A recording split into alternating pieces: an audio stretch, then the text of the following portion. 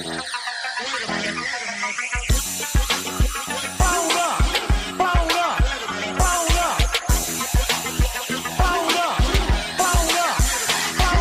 me get him where I fit in, homie. Let me get him where I fit in, homie. Let me get him where I fit in, homie. Let me get him where I fit in, homie. Who am I but I'm Dre Mac? Came into the game just to spit backs. Into the space that I'm in. They call me Bobby Drake cause I'm cold with the pen. I find no diamonds but I still shine. You can dig me cause my boy's mine. My tracks flame like a Damu. The hardest part on my tongue, thinking this is warm blue. I'ma throw with a gas leak. Camouflage in the mist, but you smell me. One spark, then I bet you I'ma blow up. Just throw my name around, get stupid, then you go dumb. No rest for the weary. My verse is thinking in his man, but you can't see me. You rather drink than go pull up, but jerk a knife through the game, homie. Let me get him where I fit in, homie. Let me get him where I fit in, homie. Let me get him where I fit in, homie. Let me get him where I fit in, homie. I came to eat at the a la carte. Got stripped of a bear, call me brainstorm. Then I come together like a Voltron. Then I pour all the plaques to use Decepticons. Straight rappers to retreats like Cobra. 80s looking floating like up in the storage and I'm E-Man. Up, down, down, man, I'm cheap. You a beast, man. I take a beating. Ninja Turtle rap, Turtle clans get defeated. High in my ride, you can call me Night Rider. You can never stop me, cause I'm a guy ball. Bad attitude like a rocket, my whole to the A, and I bet you can't stop us. LL bad, when I go and show up, you can hear the haters in the back. Let me get him where I fit in, homie. Let me get him where I fit in, homie. Let me get him where I fit in, homie. Let me get him where I fit in, homie.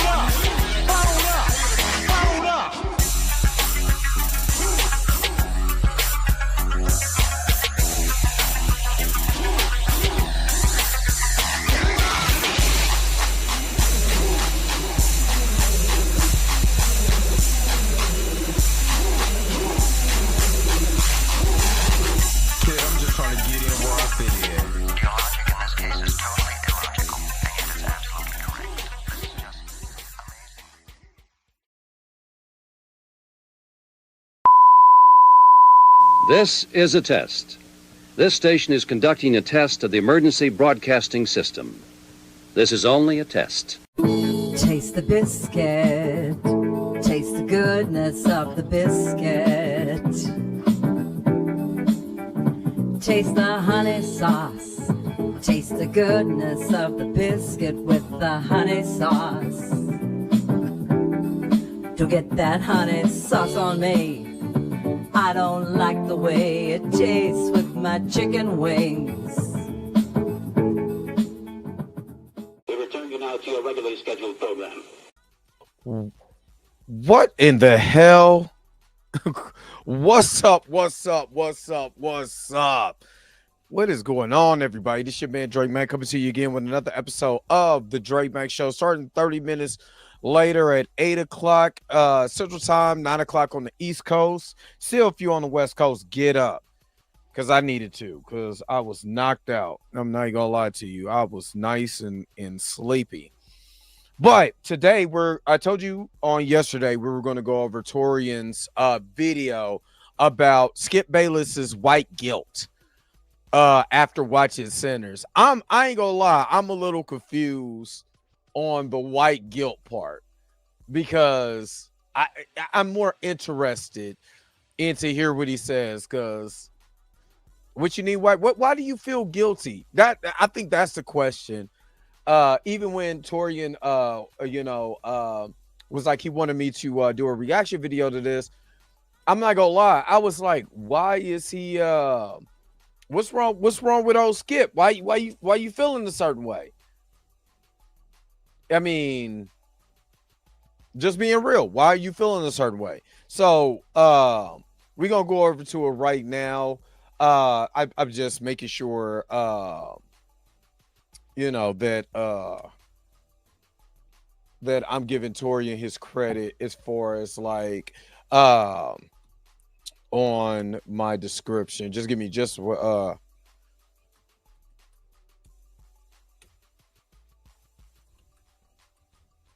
on.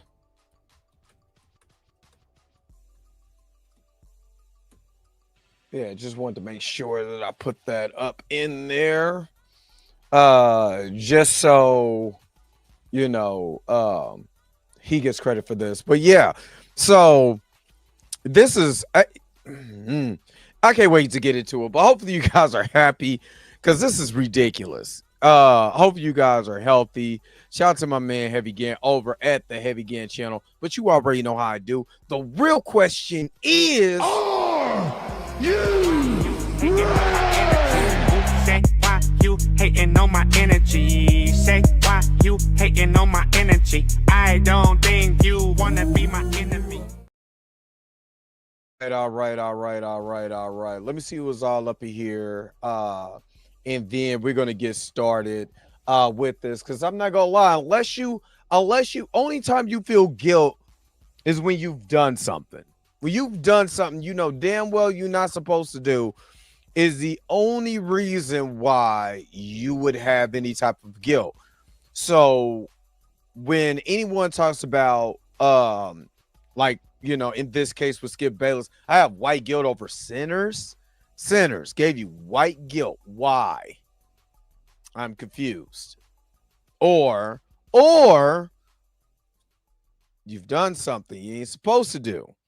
Or you treated somebody who treated you well and made sure if I'm up, you up. And you did that person dirty. And we all know who that is. Put your glasses back on. How dare you? Wally Moore, what's up? Good morning. Good morning. I'm woke. I'm very much woke. And if Tyrone Magnus makes a video about me, it's so many people that has came ever since I made the short of the full live stream, the full reaction video that I did. Ever since then, you know how many people has come to me was like, you're so much of a child. Grown man talking about another grown man on the internet. You're wrong. Like I can't do a reaction video or I can't have an opinion on something. And I'm like, like he doesn't like you, and we know you don't like him. I said, I never did say I didn't like Tyrone Magnus. I want Tyrone Magnus to come back home because Tyrone Magnus was doing very well for himself before he started grifting. What the heck? Hold on.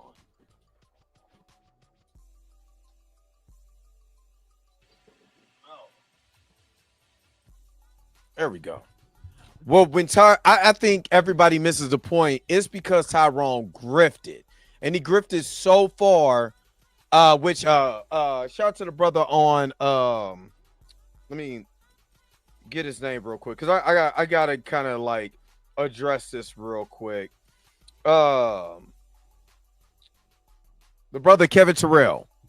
Kevin Terrell sent me some videos, and my man was talking about how his channel was gonna get knocked down and all. This is like 3-4 years ago, so you could tell where the grift was going to come. But it's funny when you grift, nobody gives a YouTube does not give a crap and about taking down your videos, not monetize, like being half monetization until somebody reviews it or whatever. I'm trying to tell you, their videos don't get striked for not copyright, but for other things. They don't care. But see, they're not looking at that part. They're just looking at the part where, oh, you're talking about Tyrone and says, I agree. Or like Torian says, I'm a part of the echo chamber, that repeats and loves everything that Tyrone does, that I have to defend that because I like everything Tyrone does. And like I said, I don't know Tyrone personally. Only thing we know him off of is YouTube. So just like anything with a Coke product, when the taste is different, they change the formula, you gonna have something to say, right? You gonna have something to say because it's not the same formula.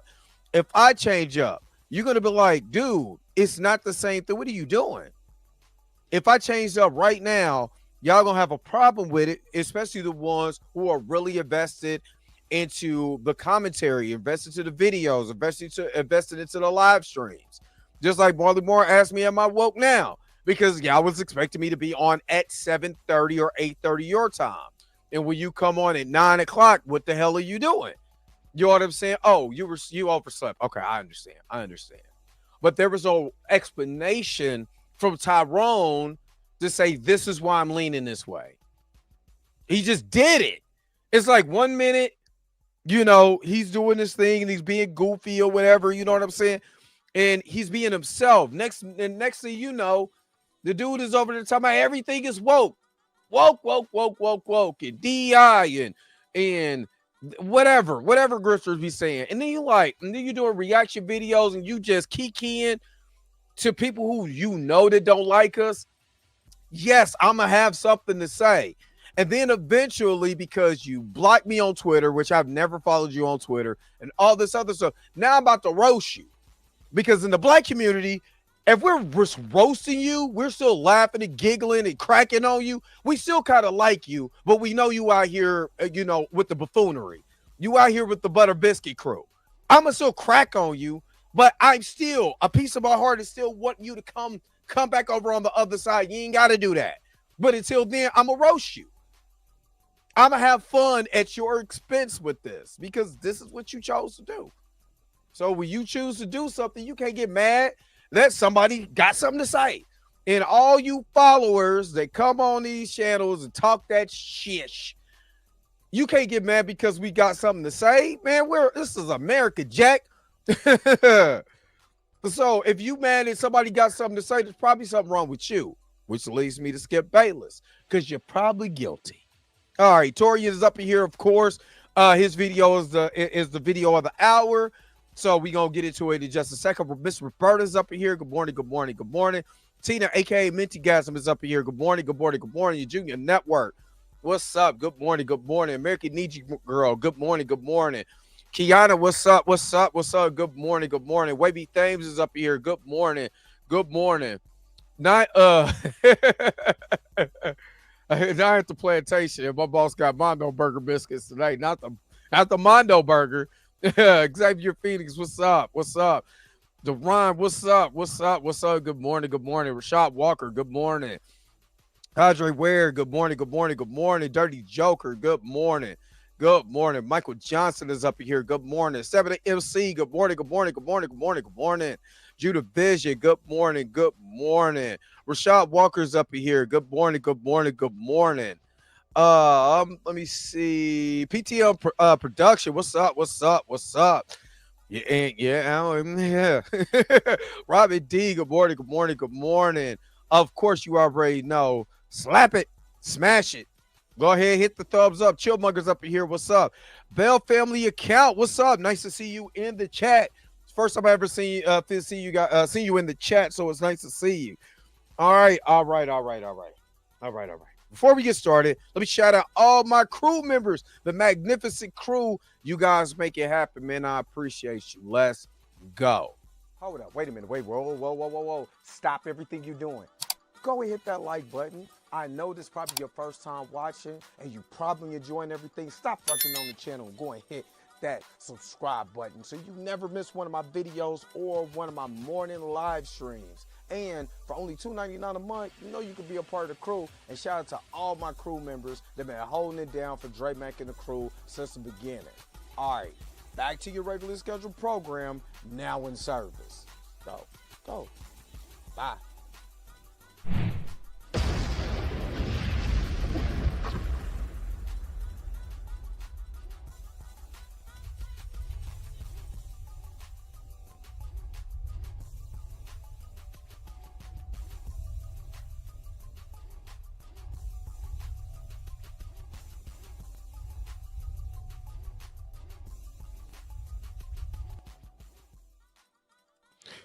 And of course, thank you to all the magnificent people that is a part of the crew. I really appreciate you guys. Like wholeheartedly, I appreciate you guys. Six of Truth, what's up? The Informant Media, what's up?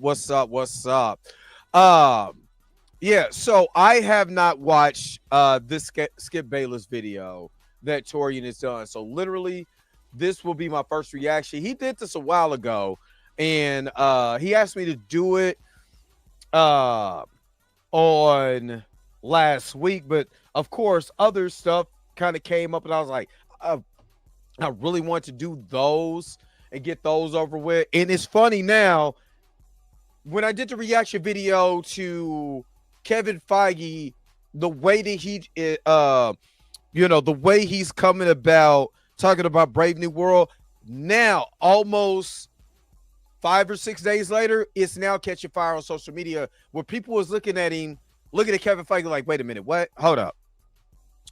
You gonna say the black man? If the white Captain America, Steve Rogers, was in here, it would have been a better movie. And not take accountability on the script, the reshoots, the editing, the emotional beats, the superhero's journey, that you did not get Sam Wilson. But no, if Steve Rogers was in here, it would have been better. And I'm one of those people who don't believe that, because if you would have made that movie like dope as I'm talking about dope, where you can't help but get emotional, because remember, all movies is emotional. So if you're not emotionally invested into a character, do you even give a crap?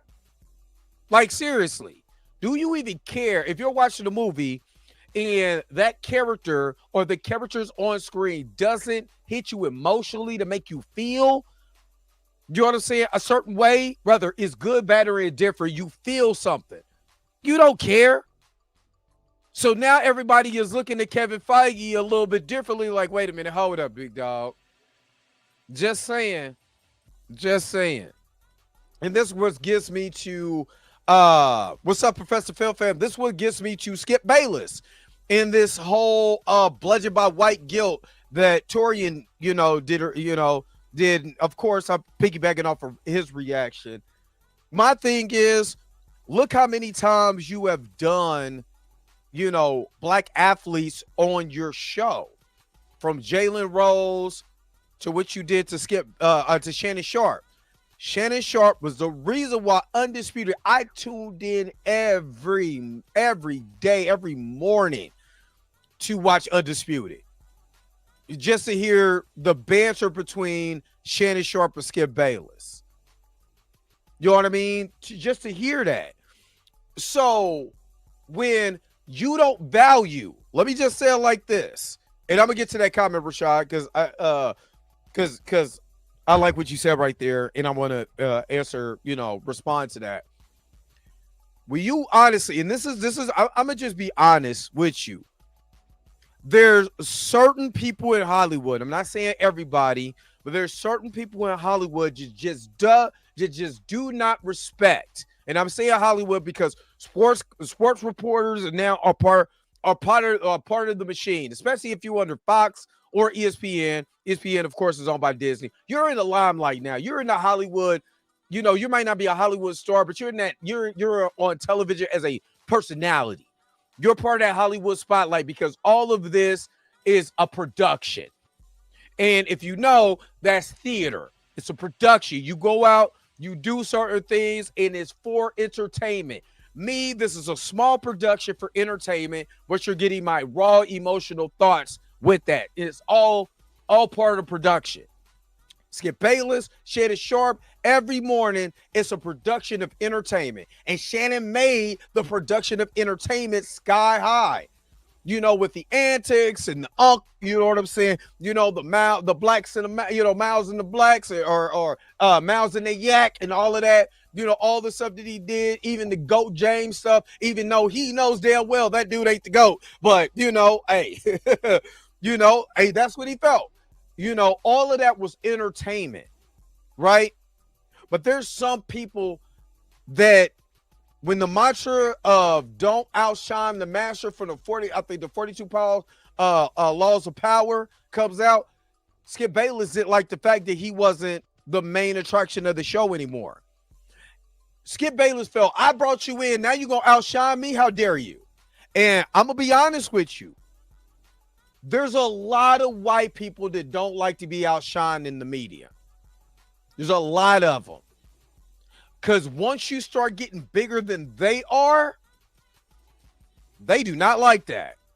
I remember the story about Mr. T and the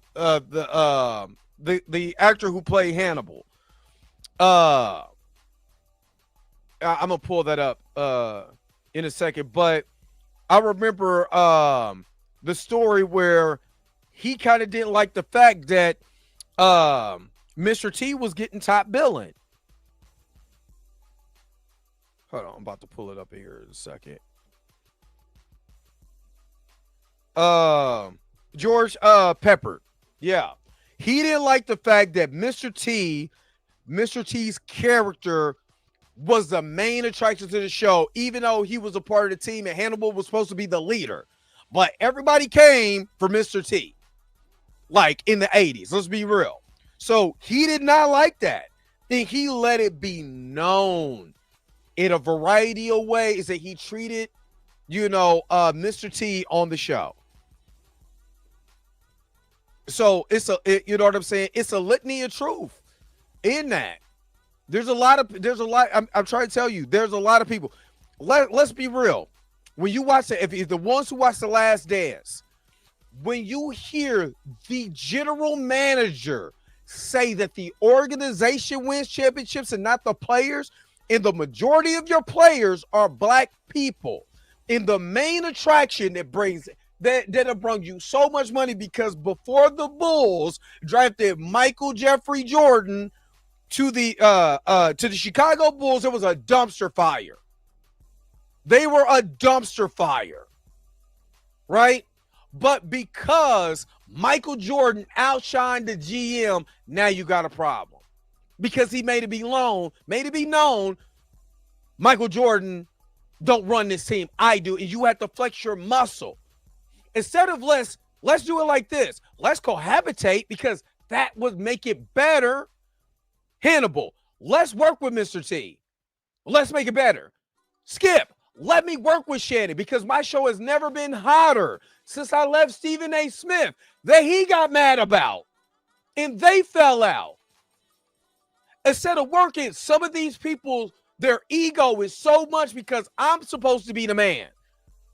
And here you come trying to outshine me. I don't like it. I don't like it. Instead of working together and let's win as many championships, or let's be the top rated show. Because my ego is not like that. There is some black people's egos that don't like to be outshined too. You know what I mean? They'll block you on Twitter for making fun of them and joking on them. Right? They'll block you on Twitter. Just so you know that. There's some people like that. There's some people that won't work with you because you don't have the platform. They'll wait till you get big because they don't work with you. I went through that. I'm hollering at a YouTuber like, yo, what's up?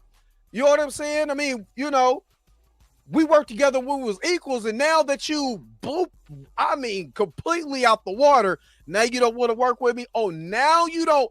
There's some black people like that, but I'm not getting into them today. But I've experienced that too. I'm like, yo, what's up? Oh, well, and here's these excuses. Here's these excuses where you could say, you know what? Let me get you on the show. Let me pull you up. I'm already up, but they don't want to get outshined, because if your personality, your energy is bigger than theirs, oh, now you took my spot. Now everybody's looking at you. Now all my audience is going over to your channel. Oh, no, I can't have that, big dog. Oh, I can't have that. I can't have that.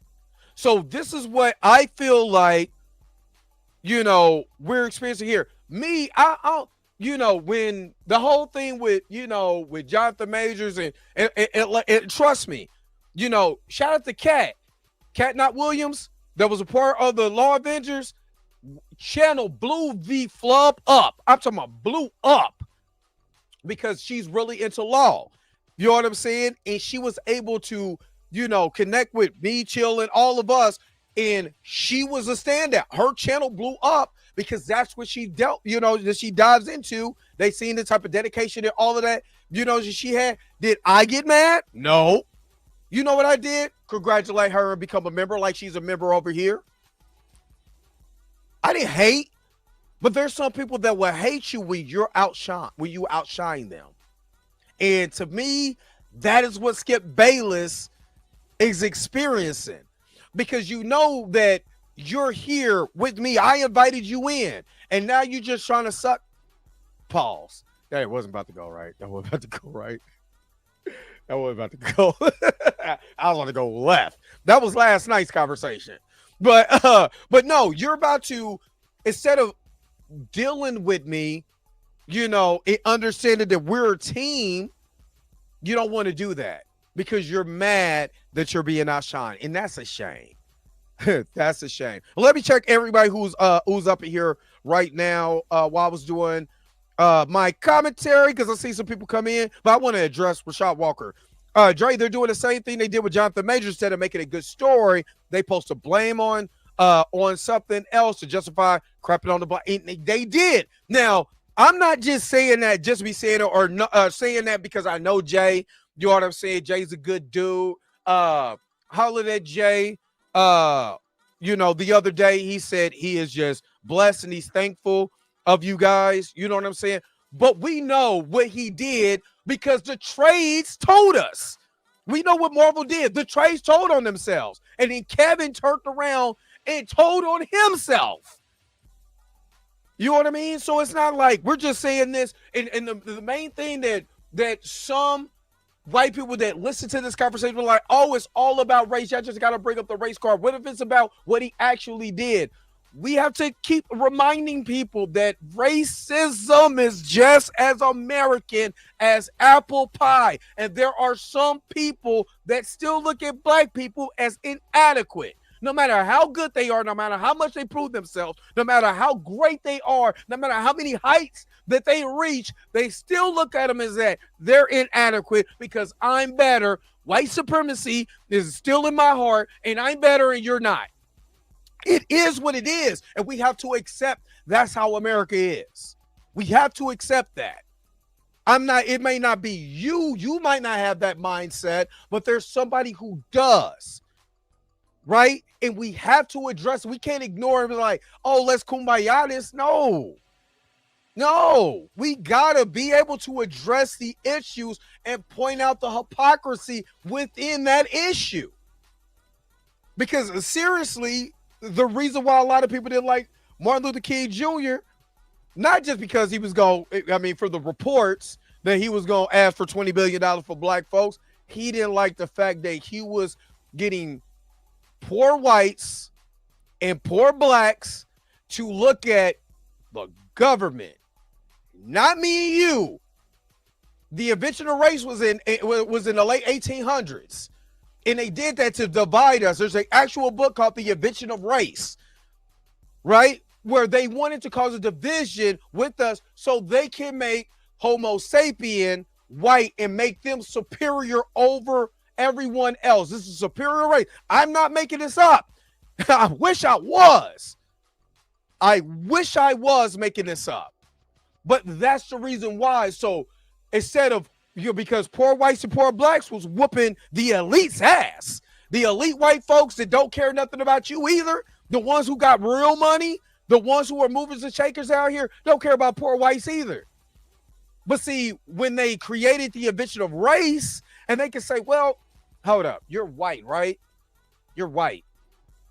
You know you're better because you are white. You have white skin. That's from the heavens. And they integrated Christianity, their version of Christianity, on us.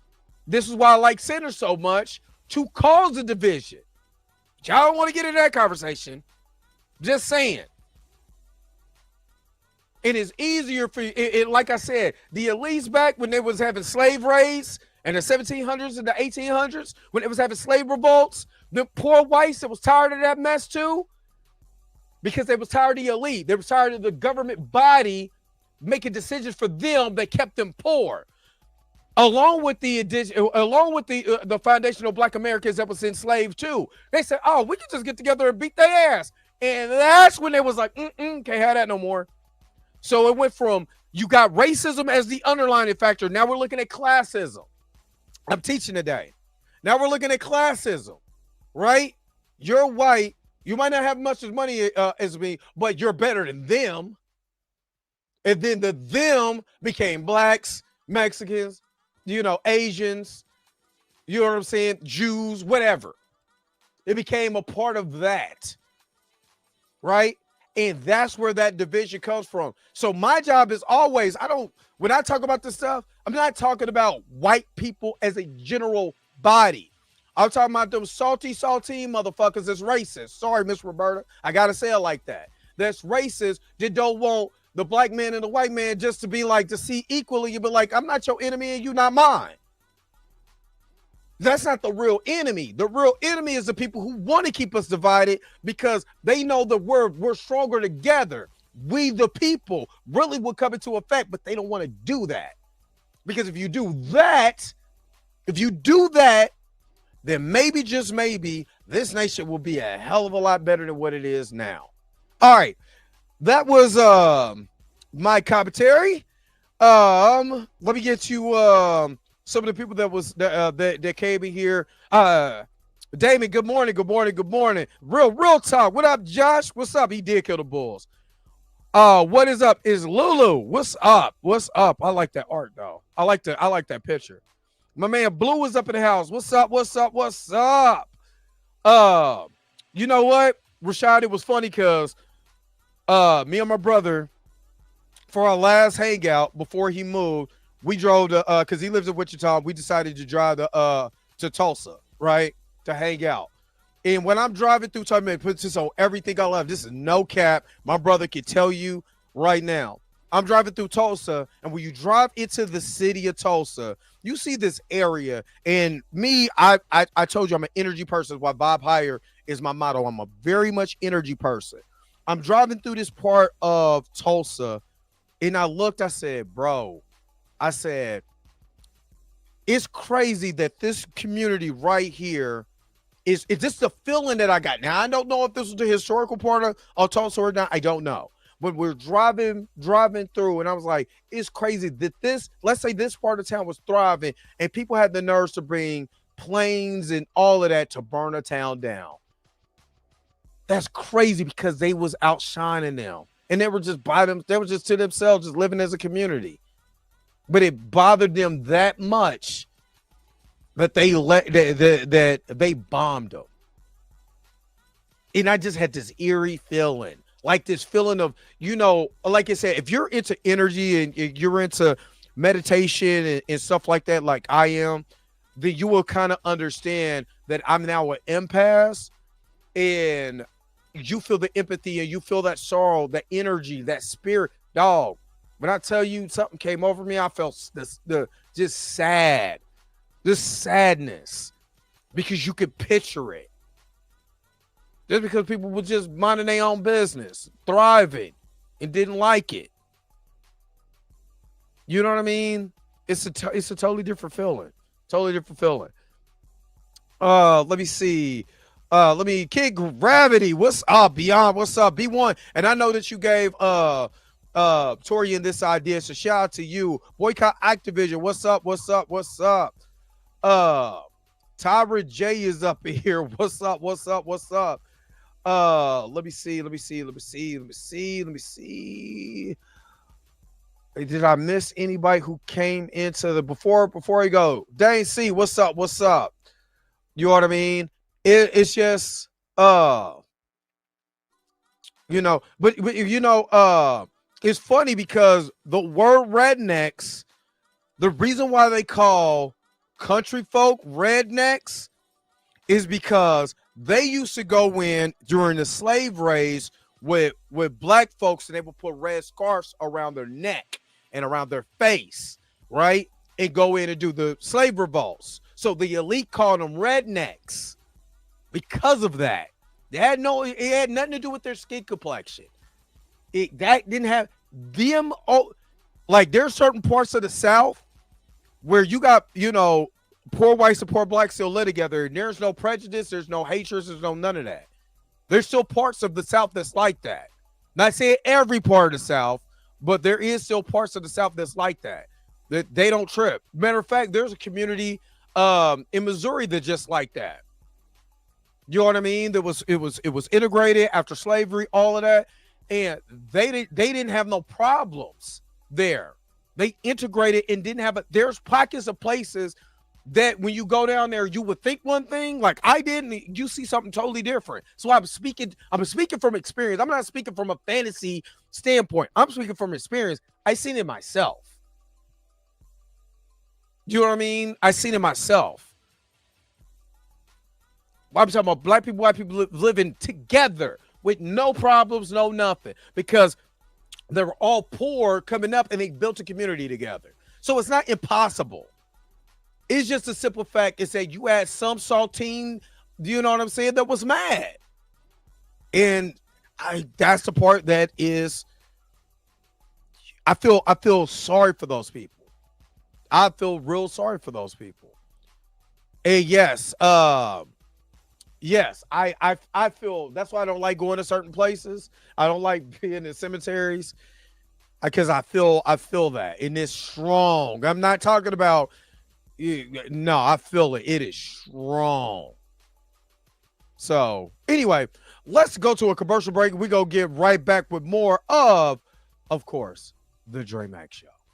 After these messages, we'll be right back. Now you can own one of the greatest gospel albums ever on the road, with only giant hits and legendary stars. Biscuit. I know the truth about it. I love. Oh, how I love this biscuit. Oh, how I love this biscuit. It is the best biscuit. I know. This treasury is not sold in stores, and when you call the toll-free number now, you also get another entire album of all-time gospel favorites. We now return to the Transformers. All right. Roberta with the $10 super chat. It's the same feeling that I get when I enter into former plantations and slave compounds in Ghana. Wow, you could feel it. Get the likes up. That's one place that I do want to go.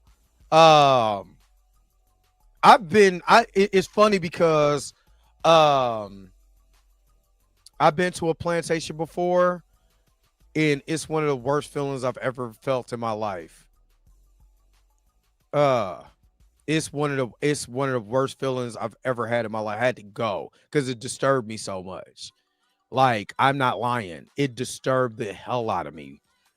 And when it's so much, it's almost so overpowering that you start to cry. You don't even know you start to cry because you're feeling just the pain and the horror in. And I went to one in Missouri, and Jesus, Lord have mercy. Nope. I went to Douglasville in Missouri also, and it's right next to Illinois. I think Illinois is not that far from Douglasville. And it was funny because my family's last name, on my mom's side, is Douglas. So I was looking at this guy, and his name was Joe Douglas. And he's like, they don't call him Injun Joe, and he was way blacker than I was. I'm not blackety black, but they called him Injun Joe. And we went to this place, and you could just see all this Jim Crow era memorabilia and all of this stuff. It was a Black History museum, but it was the first town that was actually built by blacks. And Joe Douglas was the main benefactor, and I was trying to find out if he's family, but there was not enough information from who his family was to get there. But the feeling, man, it's anyway. Let me let me get off of that for a second because I can feel the feeling still. But let me get off of that and let me make sure to hook Miss Roberta up, of course, with a super chat. You are truly amazing. Thank you for your super chat. You wanna be my enemy. Again, thank you so very much. Let's go ahead and transition over to old Skipper Bayless. And let's see what Skip has to say as far as the white guilt. And honestly, this is a conversation I had when I was on the last time I was on TMZ, and I said that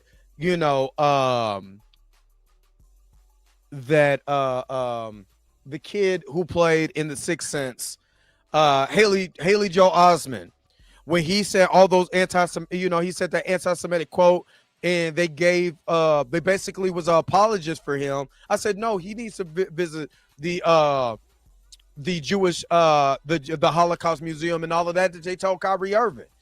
Why is it that some people can say something that's anti-black and nobody tells them to go to a Black History Museum and go see that?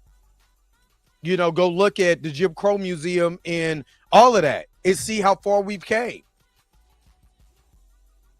It's not surprising, but just a question. But yeah, Blue. I do see that. I do see that. And like I said, let's get to the video. Because I can talk all day.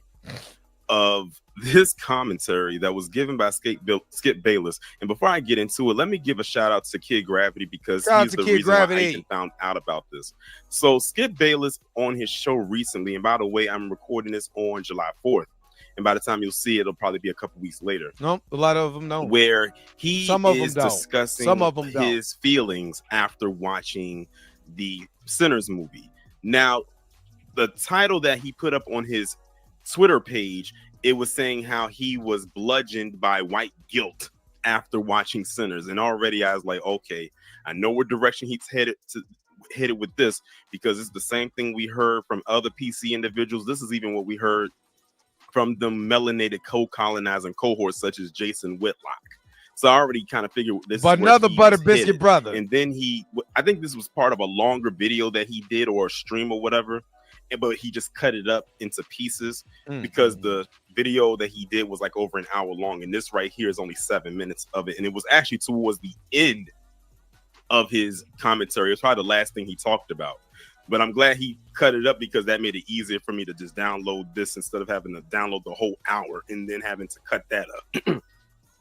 So he is about to discuss he says why he loved the movie. Like, I think that was the title or something along those lines. And I can already tell just by the title alone where he's headed with this. Now, let me just also say this.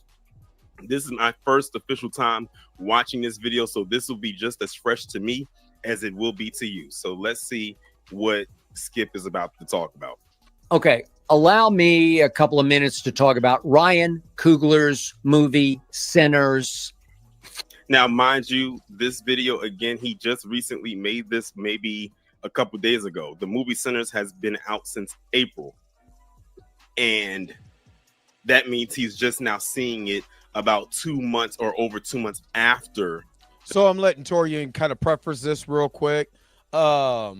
This video, and then we're going to actually get into my reaction to this once he starts talking. That's why I haven't jumped ahead, letting him get the premise off. The movie has come out, and I believe it just got released on streaming on Max today. As a matter of fact, I think today is the first official day on streaming, but it also had a digital release about a month ago, so that's probably how we saw it. I missed it in the theater because of the NBA playoffs, which are the most grueling stretch of the year for me. He's going to watch watch basketball. Over the weekend, I watched Sinners in 2 sittings, or maybe I should say 2 runnings while I was on the treadmill. So you must have been on the treadmill for quite some time. You mean to tell me you was on that treadmill for over 2 hours? Hey, I'm gonna be real with you, Torian. Yeah, he does, because he is a runner. So I can see him on that treadmill, because that's what his thing is. He's a runner. So yes, I can see that. I think he talks about when he was on Undisputed, talking about running every morning for like 2 to 3 hours. You know what I mean? So yeah, I can see that. In 2 sittings, so he must have watched half at one point and then half at another time instead of just sitting and watching it all the way through. First of all, I don't even think I would watch this movie while exercising because I need to pay attention. Like, this is one of those movies you have to look at and pay attention. I hope I can explain this correctly to you, but now look at this. Look at what it says right there at the caption: white guilt while watching Sinners. Yeah, when Sinners ended.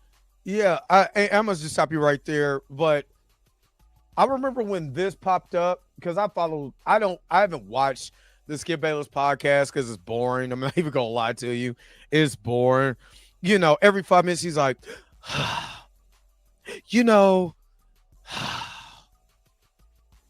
LeBron James is,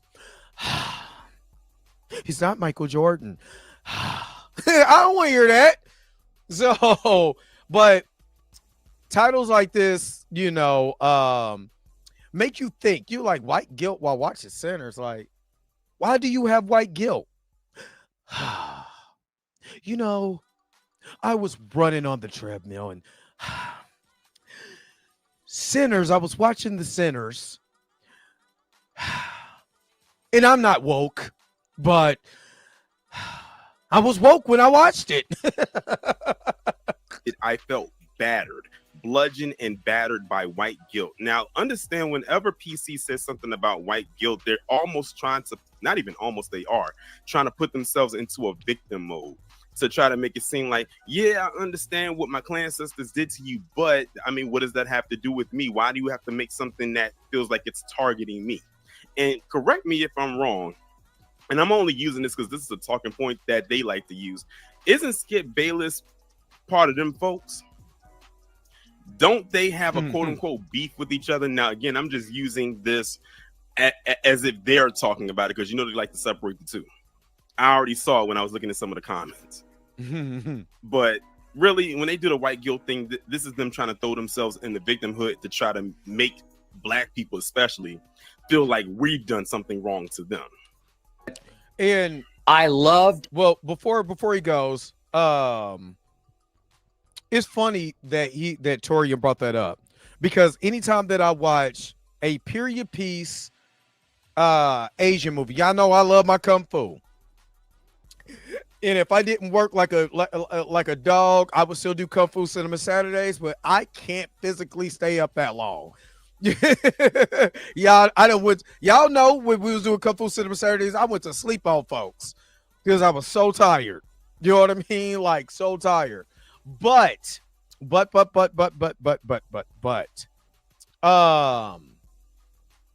anytime I watch a period piece from Chinese art or whatever, they didn't have a problem showing you what the Japanese did. They have no problem showing you their own version of the history from their own beef with each other. They have no problem with that. They don't call it white guilt. And the Japanese knew what they did to the Chinese. They got no problem talking about that. You don't hear Chinese people talking about, man, I think they need to get over it. No, they don't. So it's funny that here we haven't healed enough where we could be able to have art and express what has happened in the past, whether through fantasy or, a documentary or whatever, without people getting mad about it. It happened. Watch it, learn, and let's do better. And I hated Sinners. I loved it because when Ryan Coogler applies his genius to a film, I just won't have any choice but to love it. He is that gifted. Fruitvale, Creed, the Black Panthers, and now Sinners. They showed on Judavision. Gifted.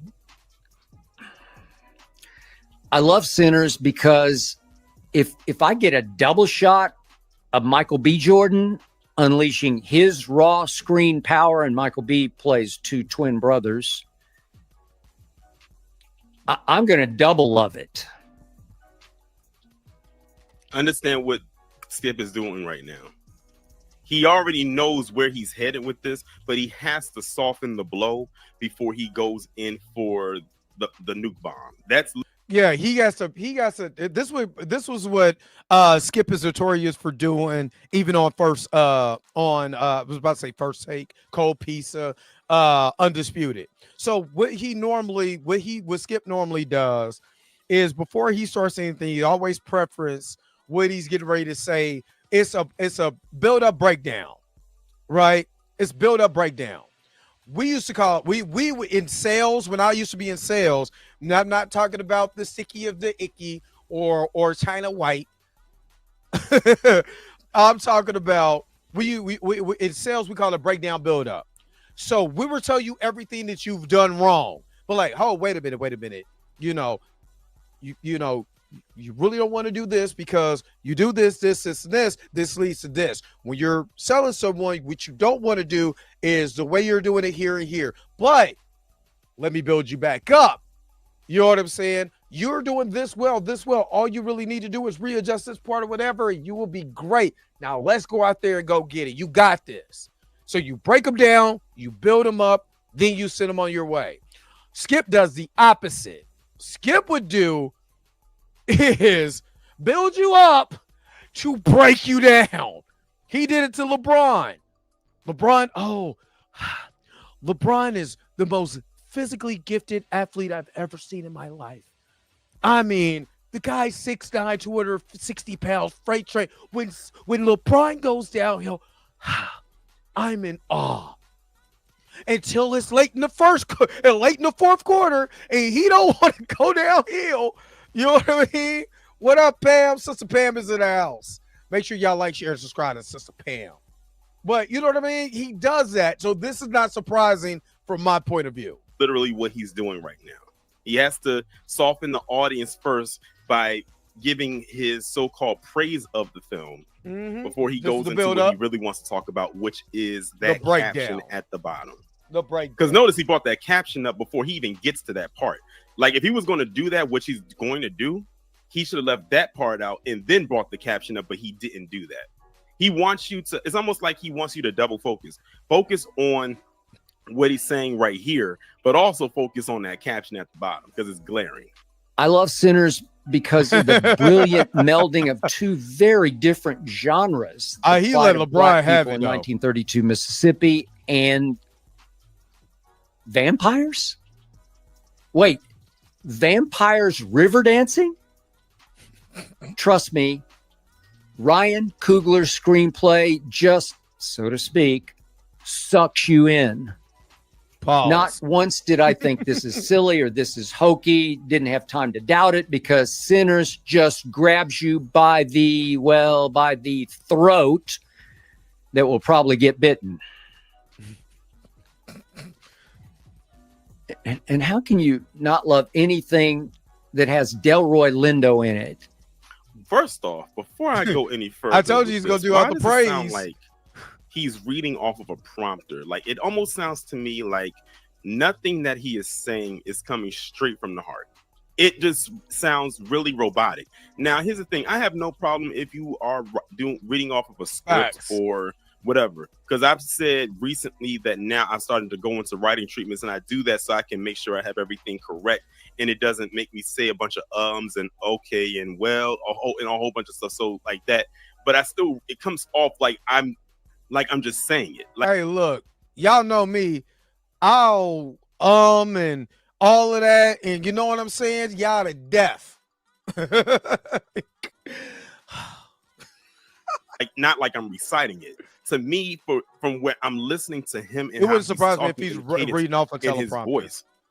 If you listen to how he is when he was on like years ago, like with Shannon Sharp and all of them, when he was talking, none of it sounded scripted. It just sounded like, like coming fresh off the dome. With this, it sounds like he's actually reading or reciting words off of a screen or off of a prompter while trying to make it sound like he isn't. He steals, 6 or 8 scenes in Sinners with that wise, cool patter of his. And I get to see Michael B. Jordan blow away, I don't know, 40 or 50 Klansmen, including the big, fat, tobacco-spitting leader. And then just when I thought Sinners was over, I got a bonus scene, a postscript 60 years later in Chicago featuring the great Buddy Guy, the real Buddy Guy, that guy who's visited in the club by vampire Michael B. and vampire Haley Steinfeld. Huh? Knocked me right off my chair, or in this case, off the treadmill. What? Oh, what many people wouldn't have paid to see money if that actually did happen. Just breakthrough filmmaking. Thank you, Mr. Coogler. Yeah, I must admit, when Sinners ended, I felt... Here comes the BS. Battered. Bludgeoned and battered by white guilt. What? How do you feel guilty of with white guilt? If you know that this is just me. Because in the movie, you don't really have it's not like, thank you, Junior Network. I was just thinking this. There's not overt racism where they just beating black people to death. You know what I'm saying? And every time you see a white dude come around, he's beating the brakes off a Negro. You don't have that. You literally have a story, that is taking place. Yeah, do you have the Klan or whatever? Do you have a couple scenes? But it's not overt. You know what I mean? Oh, yeah.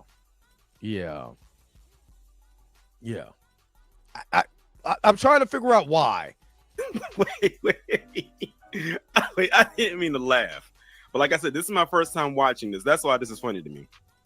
He says, by the end of Sinners, I felt battered and bludgeoned by white guilt. Why does it feel like they should turn on the soft, sad music? And this almost sounds like an ad or an infomercial for a woman who has been going through DV. Or some woman that has been in or dealing with some level of abuse, or just anyone for that matter. It doesn't even have to be a woman. That's what this sounds like right here. But battered and bludgeoned by white guilt. How? And it's just not only him just saying that, it's how he's saying it. It's almost like he's trying to make it come off as if it's sad, or we're supposed to feel sorry or feel bad for, or take pity on, or whatever the case is. I mean, look, as far as, the only other part, I guess you see black people working in the cotton fields, but my grandma, who came from Yazoo, Mississippi, was still working in the cotton fields when she was a kid. So there's not, and she was born in 1925, God rest her soul. But does that make you feel guilty? You know what I mean? I don't know. Sinners has no use for white people, nor should it. Huh? The prevailing metaphor, of course, is that evil, devious white people tricked black people and sucked their blood and turned them into something they weren't meant to be.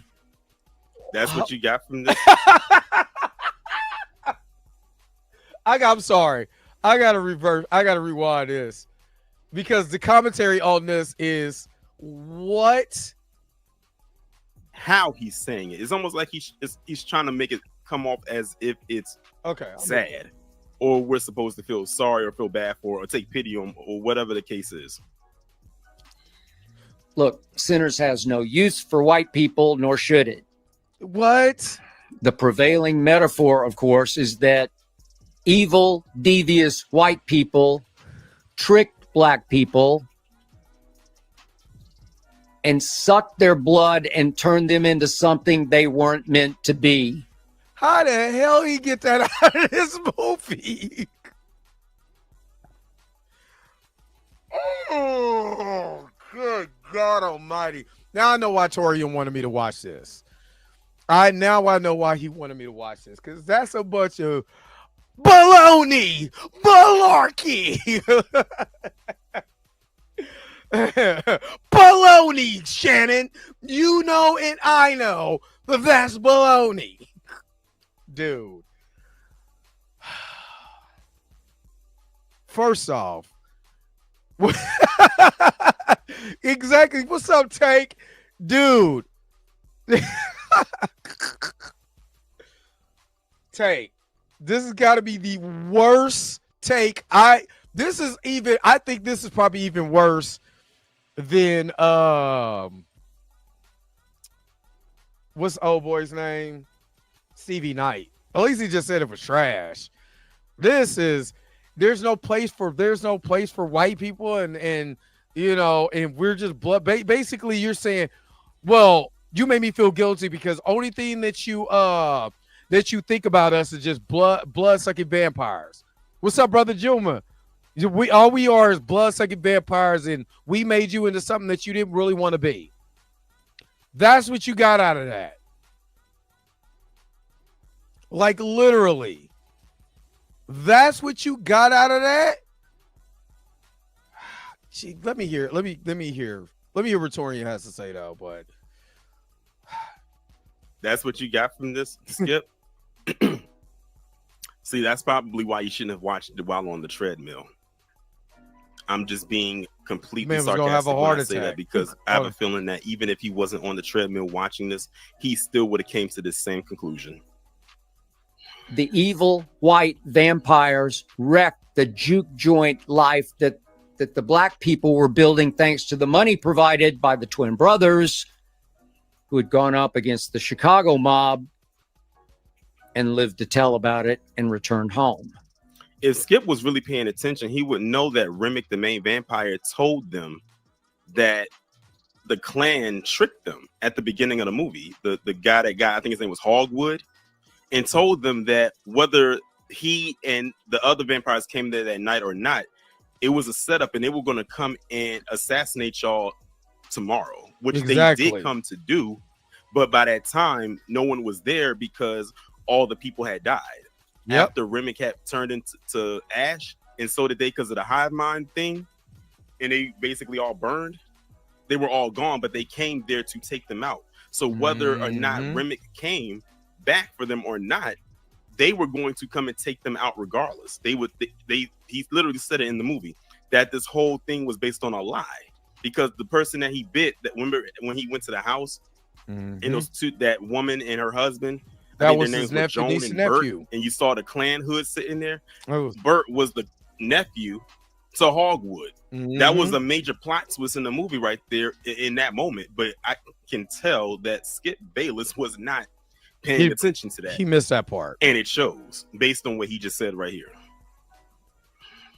So, who's the first member of the black community to defy and betray the brothers? Well, wait a minute. It's the woman played by Mrs. Josh Allen. Paying attention to that. Did he just quote when he said the blacks? Right, the black. Hold up, maybe I missed it. So, who's the first member of the black community to defy and betray? I hate when people do that. This is a pet peeve of mine. The black community, like, what other community is it? What are you doing? The black community.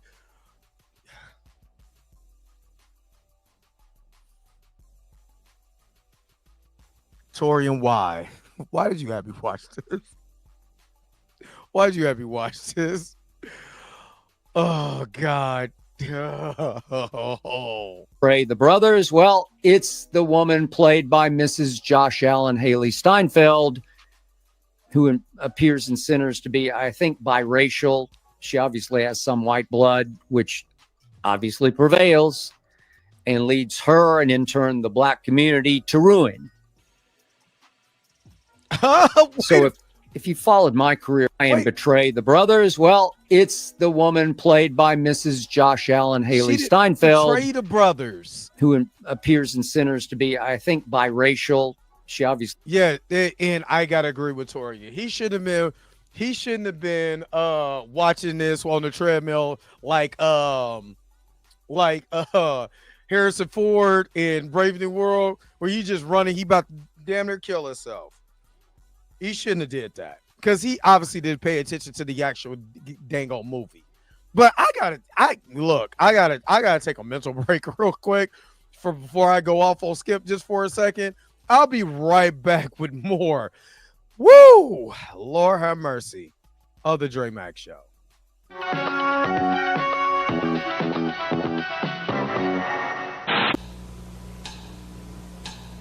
Hey, y'all, I got a great new album in the mail today. I don't like the way the honey sauce dripping on my chicken wings, my chicken wings. But I got the honey sauce, the honey sauce for your chicken wings, for your chicken wings, yeah. This is a fantastic album, man.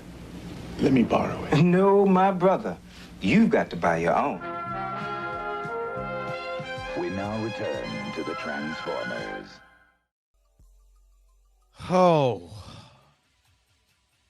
I got to get through this. Let's keep going because good. Oh, Lord, I'm asking you right now, where Roberta at? Give me some of that bless oil because good. Why? Has some white blood, which obviously prevails. She literally leads her. What's crazy is she literally tells Sammy that her great grandfather or her great grandfather. No, her grandfather was black. Literally told him that, but he too busy running and huffing and puffing on a treadmill to pay attention to the dang old movie. And now this makes you feel guilty? You should feel guilty for damn near killing yourself trying to watch this movie. That's what you should feel guilty for. Her and in turn the black community to ruin. That is not what happened. She went to go get some money. My career at all. And the thing is, he said that she was a traitor, so to speak. Exactly. I really don't see her necessarily so much as a traitor because, again, if you watch the movie, she went out there because she told Stack they would probably receive her more than them because she is white passing. Yeah. She says, I can go out there and see what they're all about. And she went out there to get the coins and everything. But, of course, she got lured in. But she was going to go back and show them what happened because she pointed the gun at him like she was going to shoot him. But I wish she wouldn't have turned her back. But then Remick took up to the sky and came down. Well, of course, we don't see it because it happens off screen, and he ended up biting her. She didn't know what they were.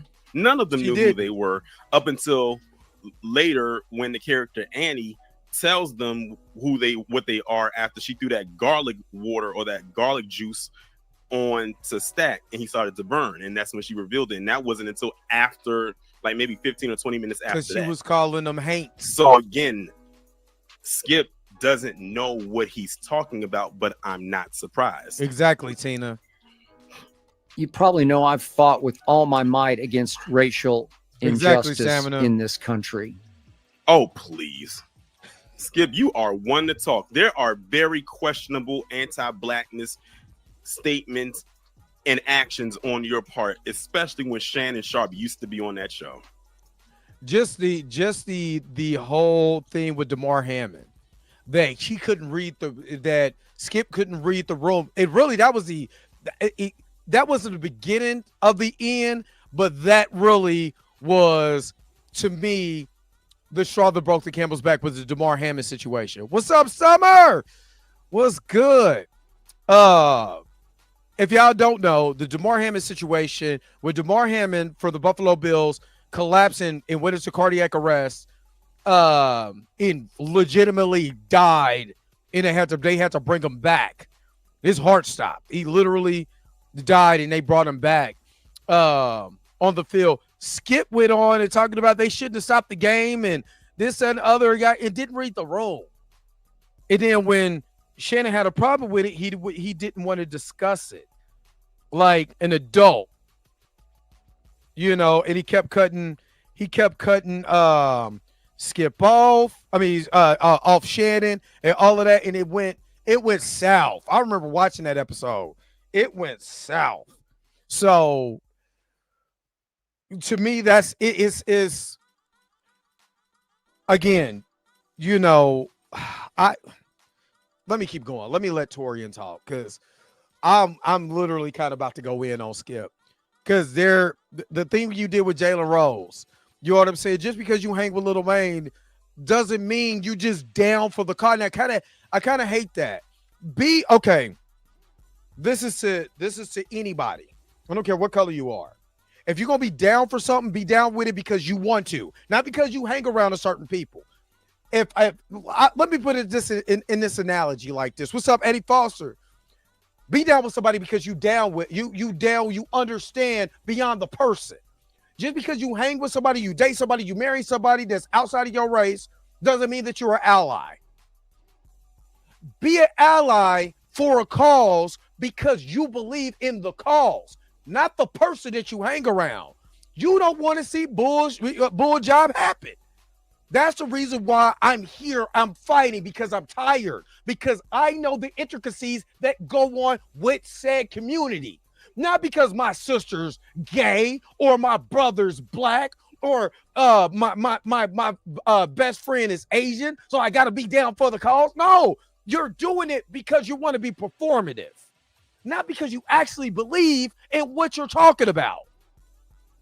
Let me say that again. Do not be performative when it comes to a cause, because when you're really down for it, you don't give a damn who you're hanging around. You're looking at the cause, or you're looking at the situation, and you're trying to get more information on the situation because the situation hits you differently.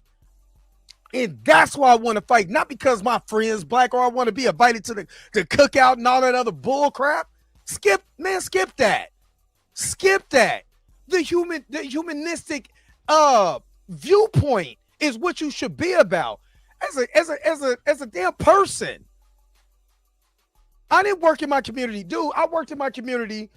Literally, I was 16, and I wanted to work in my community. I wanted to work in my community because I started to see friends of mine die, and I was 16 years old, and I knew where I came from. Right? I didn't try to make nobody proud. I could have made the people in my family proud. I didn't care nothing about that because I legitimately cared about the people. Legitimately cared about the people. The straw that broke the camel's back was my best friend, Justice Stanley, died. That was the straw that broke the camel's back, where I was like, you know what, skip that. I got to do something. Because I don't think there's enough of us doing something, because now the cause hit close home. Now I'm looking at everything now. It hit so close that I'm looking at everything now. I'm like, damn that. Somebody got to step up and represent.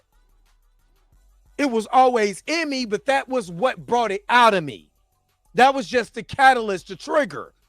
The bullet is now in effect.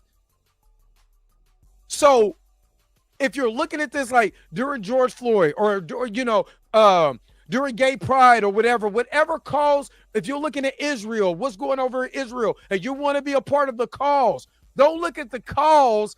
It's, the friends that you have, the proximity that you have. If you're looking at the atrocities that's going on or looking at something that hits you differently, fight for that. Understand and educate yourself why you're fighting for that, why it takes the energy that I'm giving out to speak about this, why I'm going on social media, why I'm reading these books, why I'm doing this, doing the work. Not because you got black best friends or gay best friends or white best friend or whoever best friend. Who gives a crap? Educate yourself first. And too many times we have celebrities that want to be a part of the cause because they want to look like they're a part of the cause. Not actually because they actually care. Because if you really cared about said cause, about said people, whatever, you would change your language.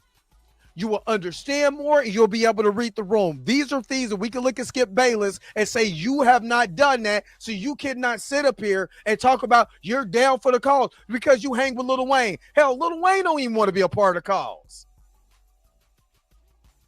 Yeah, you can use your platform, right? You can use your platform to speak. And I'm not saying you can't, but understand why you're speaking. Let me keep going. And not even just with Shannon Sharp, but even how you talk down and talk about these black players. As a matter of fact, the video where this comes from, like remember I told you it was a much longer video. The very first topic he's talking about in that video is LeBron James. And he's talking about LeBron James for a long time. Mind you, the commentary, the entire full-length video that this clip comes from is a little over an hour long. And he probably talks about LeBron James for about 25 minutes. I told you. I can only imagine I told you what he had to say. So for Skip to sit up there and say, talking about he fights against racial injustice in this country is a load of crap. I've told this story before, so I'll be brief here. I was so blessed to have been mostly raised by a black woman who was... Oh, God. Was this black woman your maid? Is this what he about to tell us? Is he about to tell us that this black woman was his maid? Or as they call it back in the day, his mammy? No, I think it was a babysitter that they had in that neighborhood. I think he told the story before, but I want to say it was Skip's not maid. You about to make me say it, Torian. It was a babysitter because I think his parents worked so much that, you know, he said it on the show, but I think his parents worked so much that they sent him over to the babysitter's house and the babysitter was black. You know what I mean? Now, I could be totally wrong. Maybe Skip repreferences for a new audience, but let's see what he says because I could be wrong, but I think that's what it is. Far more of a mother and a teacher to me than my mother was, my real mother. Everything I know about right and wrong, I learned from Katie Bell Henderson, who worked for my grandmother. Oh, there it is. There you go. There it is. Thank you, Torian. That's what I thought. Thank you, Torian. So this Katie Bell Anderson that he's talking about, he said, who worked for my grandmother, which I'm assuming is a white woman. That was her maid. What in the help, as in the movie, what in the help is going on here? Really? I didn't know it was going to divulge into this, but here we are. Travel for her work. And I'm sure some black people say, oh, it's the help. There it is. What did I tell you? Oh, Skip, man, you have completely lost the plot. Let's continue. But trust me, there was no plantation mentality operating at my grandmother's. She still worked for your grandmother, though. She was Oh, God. Skip! Come on, Skip. What you doing, Skip? You're taking a hole, Skip. Now, if a frog had legs, he would jump out the pot with a knife and cut the snake before he bit him.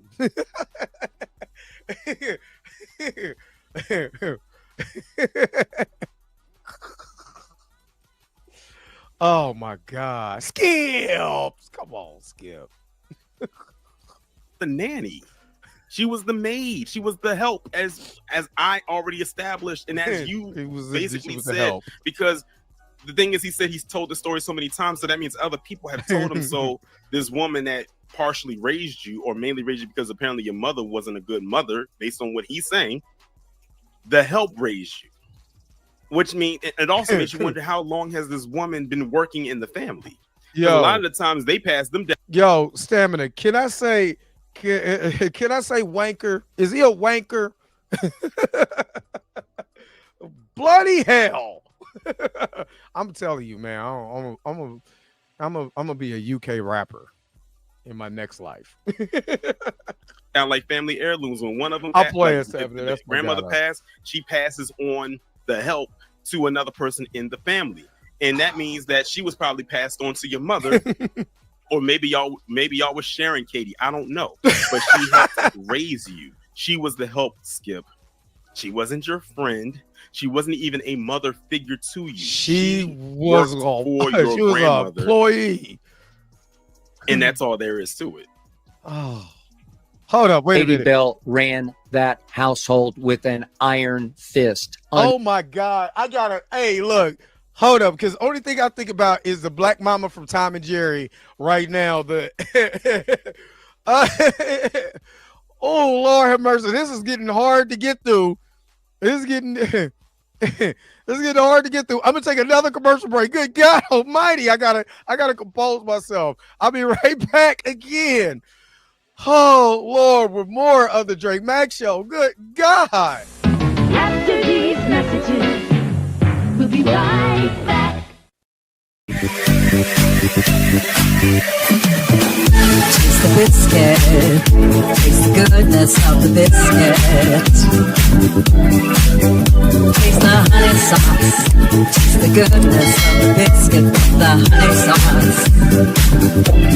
Look at that honey sauce on me. I don't like the way it tastes with my chicken wings. We now return to the Transformers. Oh my God, Tommy, you better get that camera on the way here. Oh, good God! But this is story. Let him finish. Questioned Iron Fist. My home was broken, so I spent a lot of time at my grandmother's. I grew up in Oklahoma City. Katie Bell grew up in rural Alabama, though, like Michael B's character, she had spent many years working in Chicago, where her son and grandkids lived. My soul aches when I have to watch what white people did to black people in the Deep South in the 1930s and any other form of that. Oh, spare us, Skip. I know again. Why are you telling us this? Like, why couldn't he just say what he said at the beginning when it came to the review of this movie, if that's what you want to call it? Why did you have to go into this narrative? Why? Like, who do you think is benefiting from this? Who are you telling this story to? Because I'm gonna tell you something right now. If you're telling the story to black people, they don't care. Most black people don't care. But you know what? Let me speak for myself. I don't care. Because let me jump on. I'm one of those type of people. I listen to everything and I listen to what people got to say and I decipher from there. And Skip has always, he has said the story before. I just forgot because it's been a minute since I watched Skip. You know what I'm saying? Especially when Undisputed finally fell apart. Then that was kind of the end of that. Again, did you feel bad for the woman that raised you? Because she couldn't get any other jobs out there besides being the help? Because unfortunately, when you were growing up, that was primarily the only jobs that black women could do if they wasn't in the nursing field or, you know, they were normally the help. My grandma had to go through that too.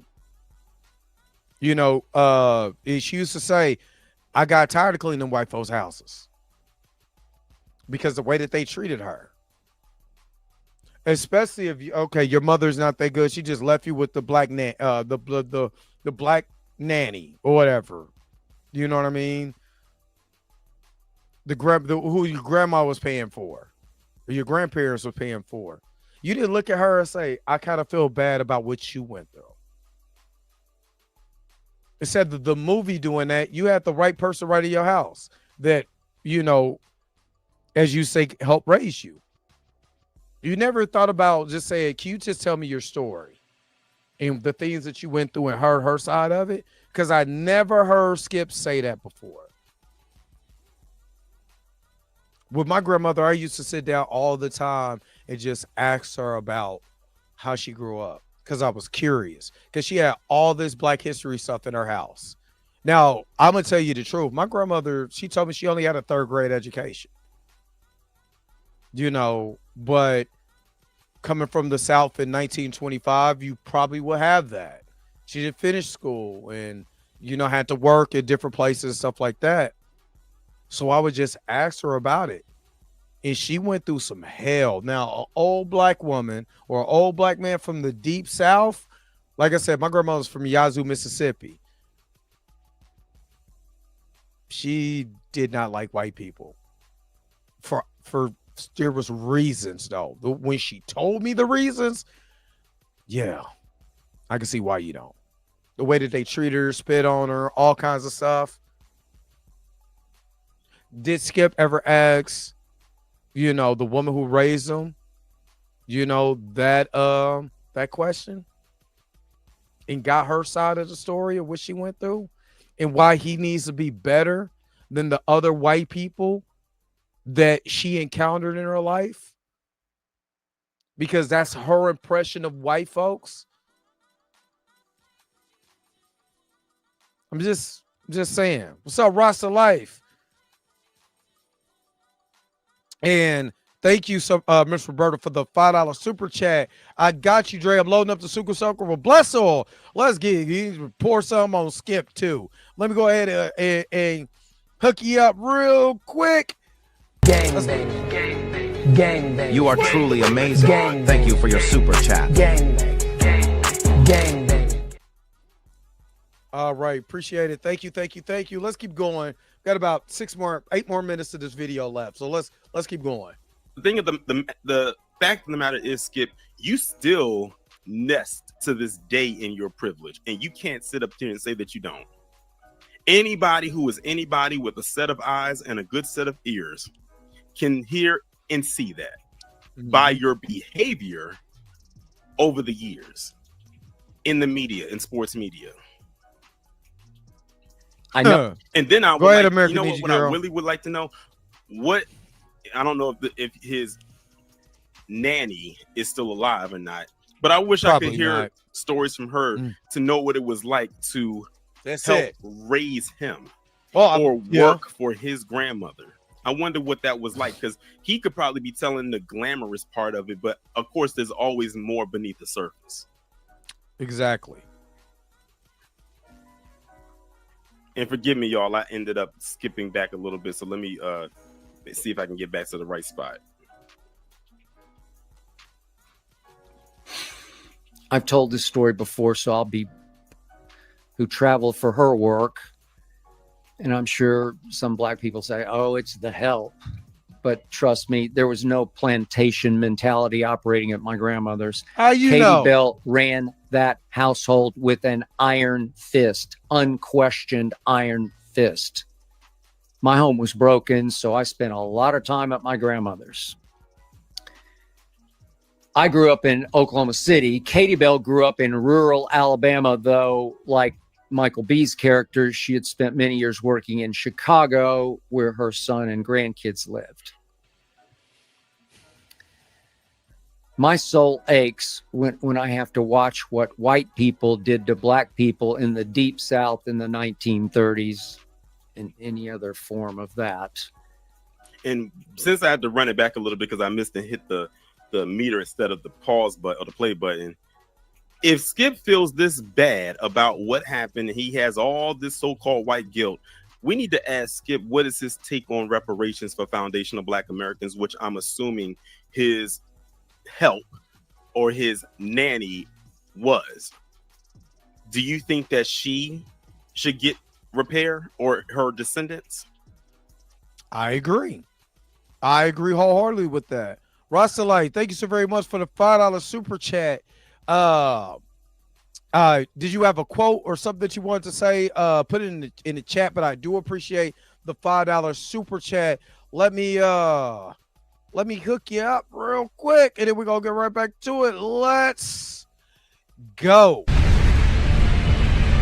You are truly amazing. Thank you for your super chat.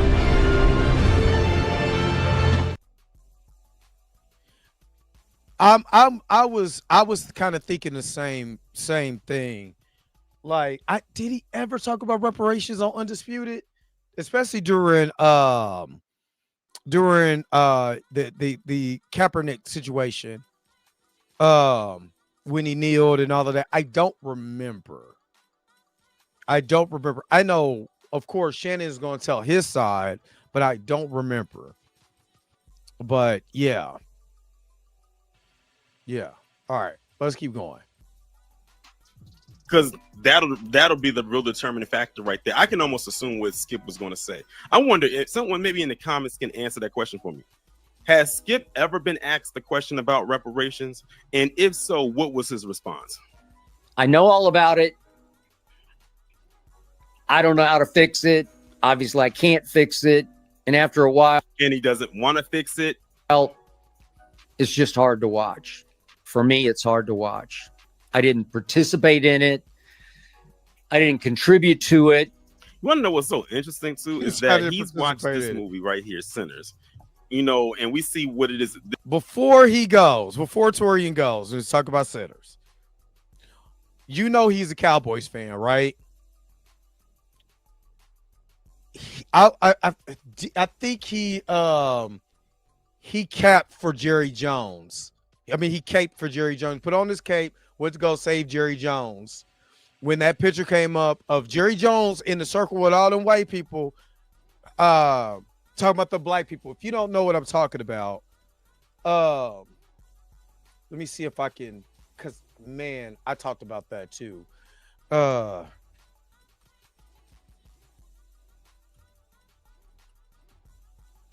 me see.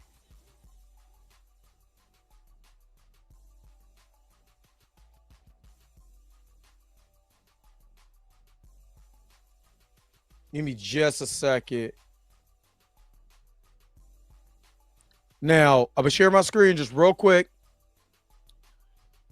Remember, A Curious Kid, Jerry Jones addressed his 1957 photo outside segregated North Little Rock High School.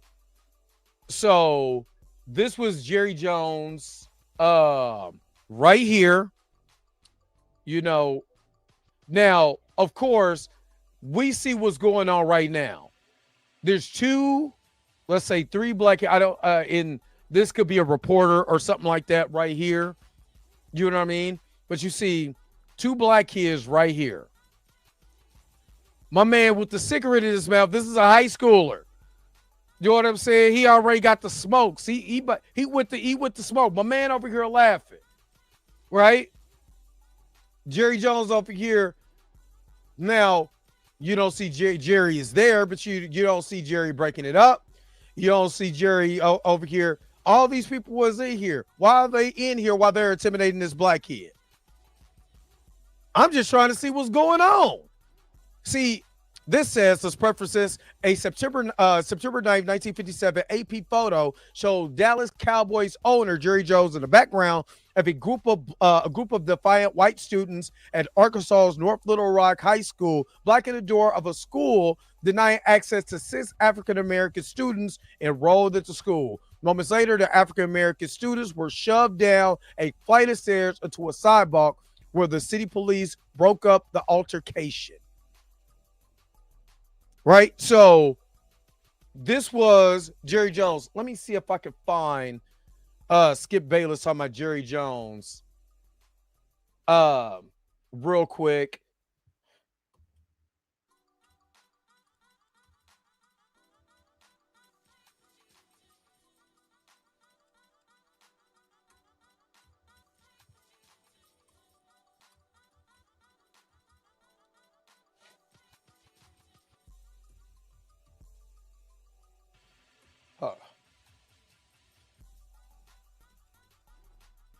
I'm going to try to see if,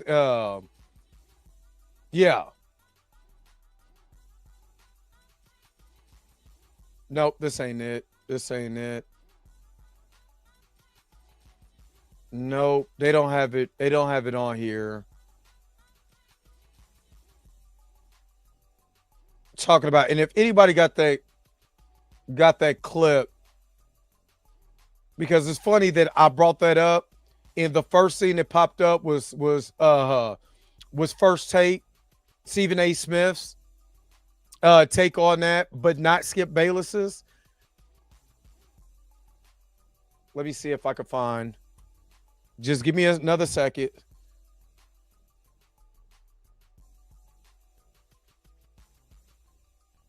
Nope. Skip Bayless does not have a video on YouTube that talks about Skip Bayless in that photo. But yet, this is just, maybe I haven't found it, but maybe I haven't found it. But it didn't pop up. It wasn't the main topic. So if you're going to be that again, that's why I talk about allies. Do it because you want to, not because you're guilty, not because you got black friends or white friends or gay friends or this friend or that friend or whatever, so you could be a part, you could feel like you're down. Do it because you genuinely in your heart want to do it, because you're a human being and you're looking at the decency of a human being. But he had an opportunity to go at Jerry Jones. Why he didn't do it? To say, Jerry, you see these people. You ask Jerry, did you do anything? You're just curious. You're just hanging out while black people was getting beat up. So you said, you know what I'm going to do? When I get older, I'm going to own a team and I'm going to have black people in there and make them feel good about themselves. I'm going to make them feel like family. That was your way? This is by far not even near a slave narrative.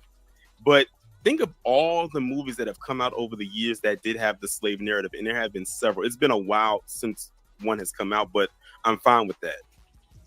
Skip never, and to my knowledge, expressed this level of what he considers to be guilt when it came to like movies such as Roots or 12 Years a Slave or any other movie that had a slave narrative behind it. But this is the one right here where you want to display your so-called being battered and bludgeoned by white guilt. Go, Skip, if you weren't already sitting down somewhere, that's exactly where I would tell you to go sit down somewhere.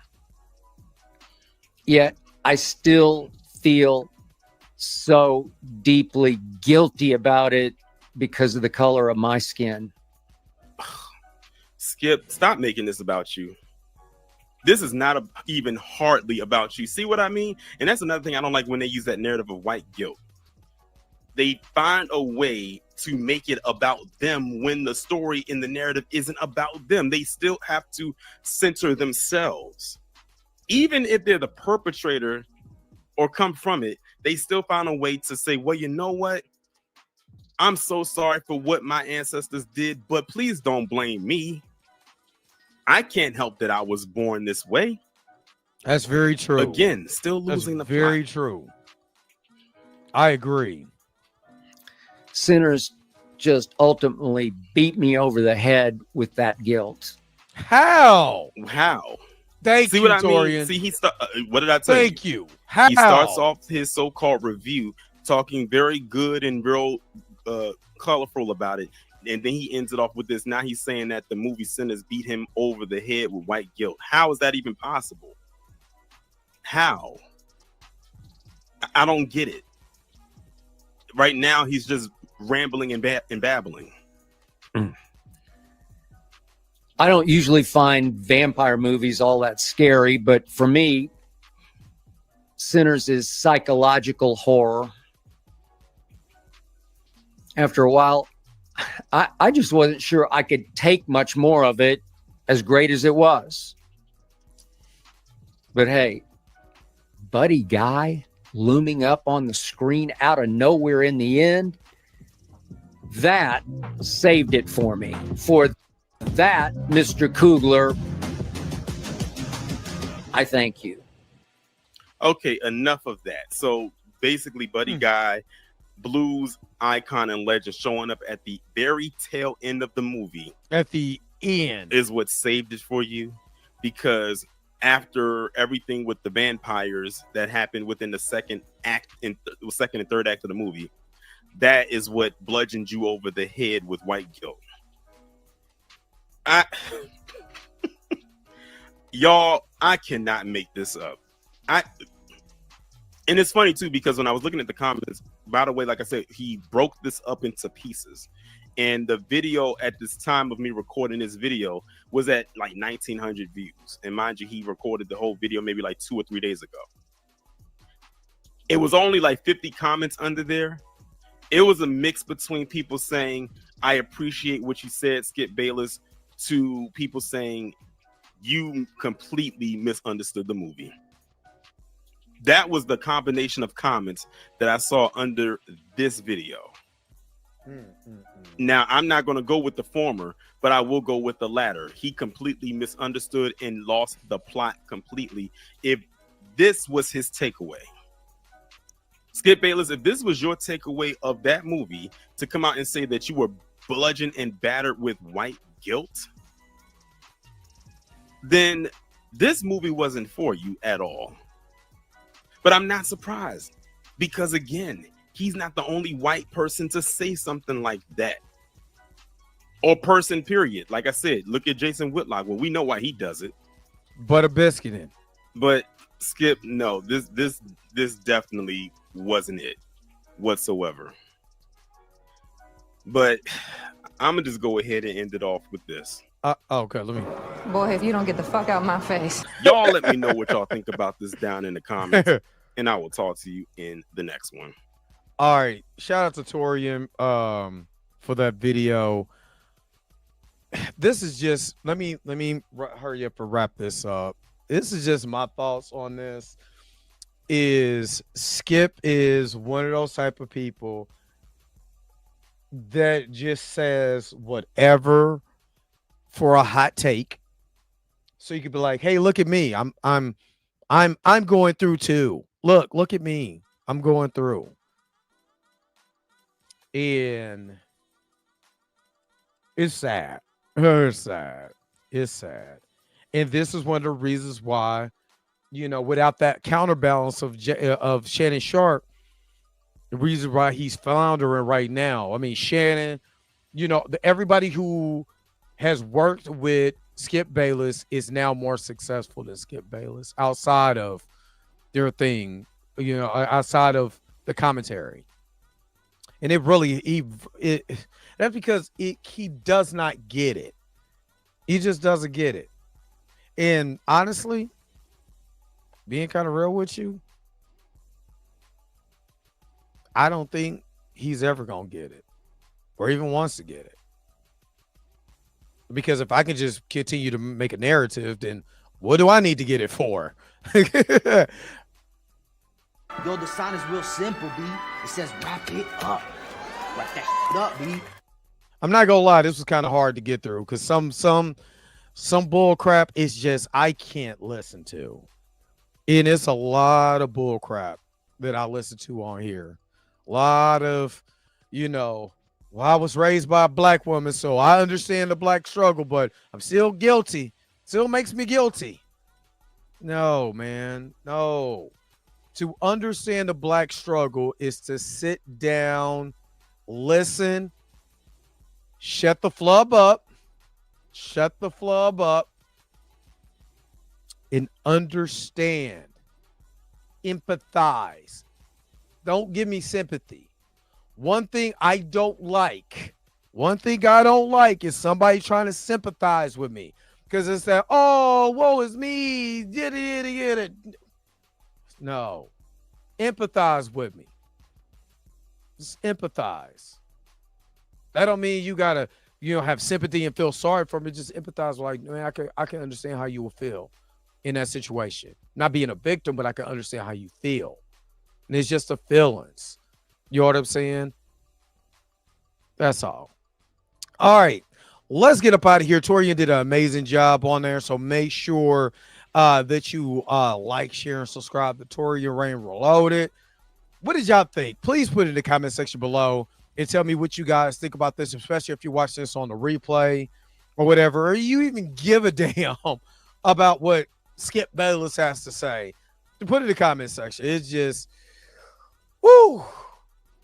But again, don't forget to like, share, and subscribe. Don't forget to hit that bell notification so you can never, ever miss one of my videos. I'll get it to next time. I'll let you guys later. Peace and vibe power, man. Enjoy the rest of your guys' Tuesday, man. Where's my outro at? Skip Bayless, Skip. I gotta go. Wait a minute. You're telling me the video's over? What? Okay, I guess so. If you have came to this portion of the video, thank you so very much for sticking to the end. Don't forget to like, share, and subscribe. Don't forget to hit that little bell notification so you never miss one of my videos. And if you really want to, you don't got to, go ahead and follow the social media links that's down below. Until next time, I'll holler at you guys later. Peace and Bob Hire, y'all. Y'all take care of yourself.